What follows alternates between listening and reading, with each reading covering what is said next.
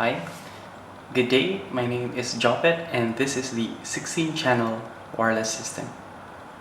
So for the wireless system, it's composed of first the 16-channel transceivers in the middle, the 16-channel wireless AC socket at the left side, and the 16-channel wireless E27 socket at the right side. First, we have the wireless 16-channel transceiver module. So the transceiver module has an input here. So when it is in transmitter mode, it will transmit whatever is the input. If it's in receiver mode, the input doesn't matter. We have the 16-channel selector here. It's from 0 to F. And over here we have the mode switch. If it's on the left, it's transmitter mode, and if it's on the right, it acts as a receiver. Over here we have a 3-state LED. Off means off, green means high output, and red means an error. Now over here below we have a blue LED that acts as a heartbeat. So it will output blue light every 5 seconds or so to let you know that the system is still running. And over here is the output. If it's in receiver mode, it will output whatever was received or was last saved. If it's in transmitter mode, it will output whatever is in your input. Let's see this in action. Okay, so here are the transceivers in action. On the left side, we configured that transceiver as a transmitter. On the right side, we configured that as a receiver. Both of them are using channel 0 so that they will be able to communicate. And both of them have input.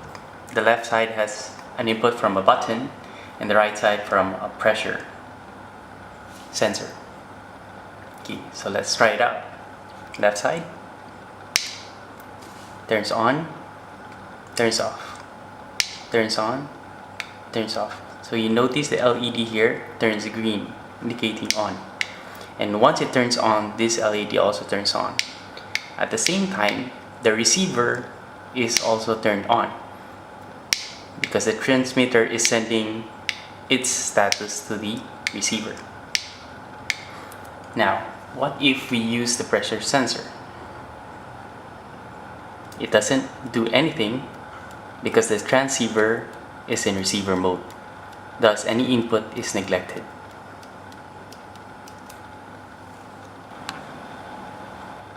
Additionally, the blue LEDs that you see there, that's the heartbeat. So the system is telling you that it's still working fine.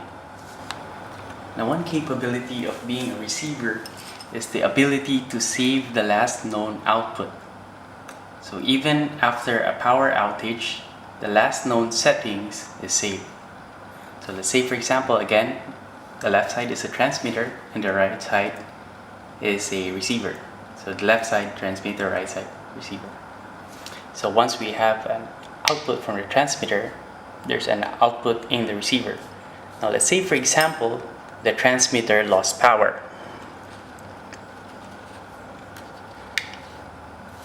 The receiver will still turn on.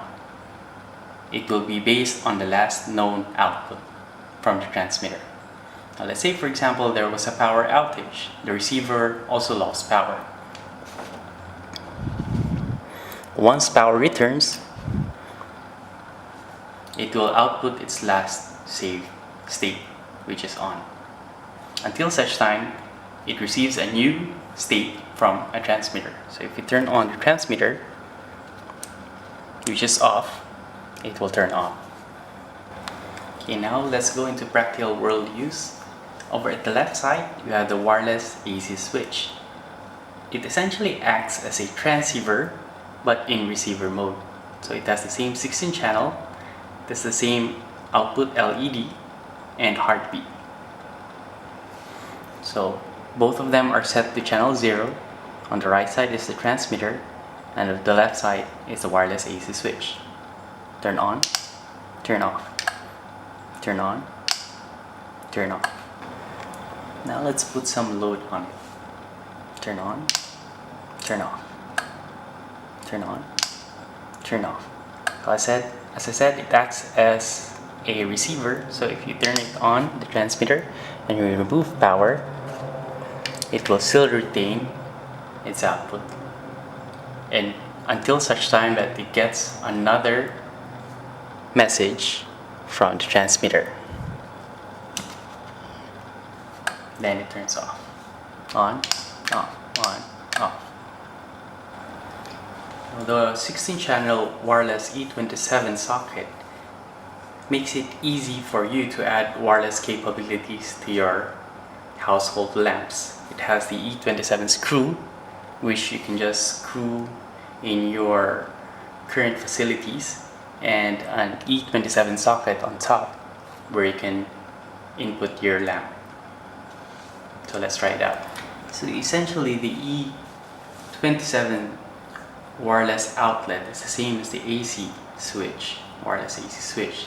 It's just that it's replaced with an E27 screw and socket. So the same acts as a receiver, on, off, on, off. Has the same 16-channel selector and the heartbeat LED. Now let's put some load on it. Now the good thing about the E27 wireless socket is it can take any kind of lamp from incandescent to LED and CFL. So this is an LED bulb. So let's try it out. On, off, on, off. So again, this is an LED one. So let's try a CFL. Okay, so this is a CFL bulb. On, off, on, off. So again, this acts as a receiver. So if you remove the power from the transmitter, the receiver still turns on. Sorry about that. Now if you put power back to the transmitter,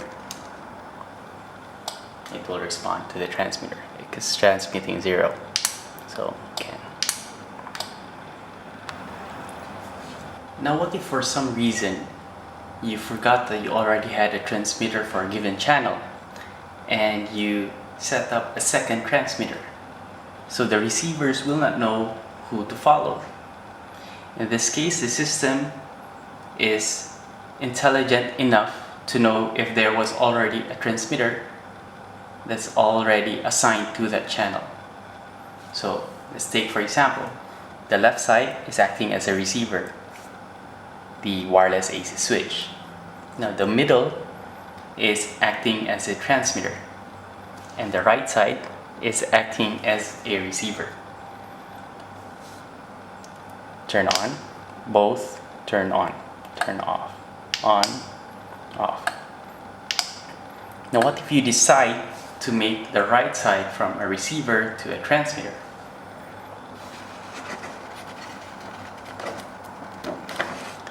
And this is where you see the red LED. So that indicates that the transmitter that you just turned on was able to detect there's already one transmitter assigned to that channel. So it has an error LED. So what if you try to attempt to send a command? Nothing, because it's in error mode. It says there's already a transmitter assigned to this channel.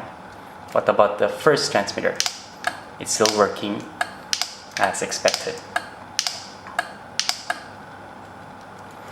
Now, what if I make the middle one from a transmitter to a receiver? So, as you notice, the error LED went away. The transmitter on the right side was able to detect that there's no longer a transmitter assigned to the channel, and he can now send messages on the channel. So let's see.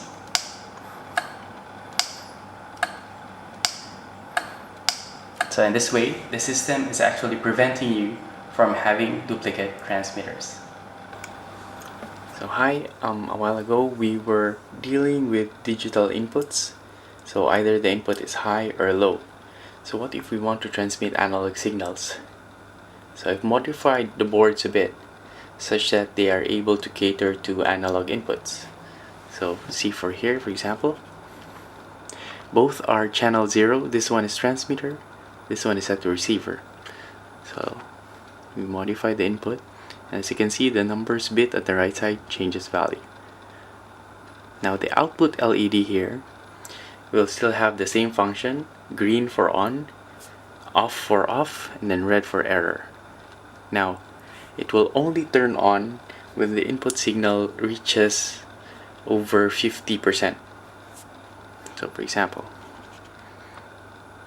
so 50 it's high, lower than 50 is low. So it acts similar to a digital input.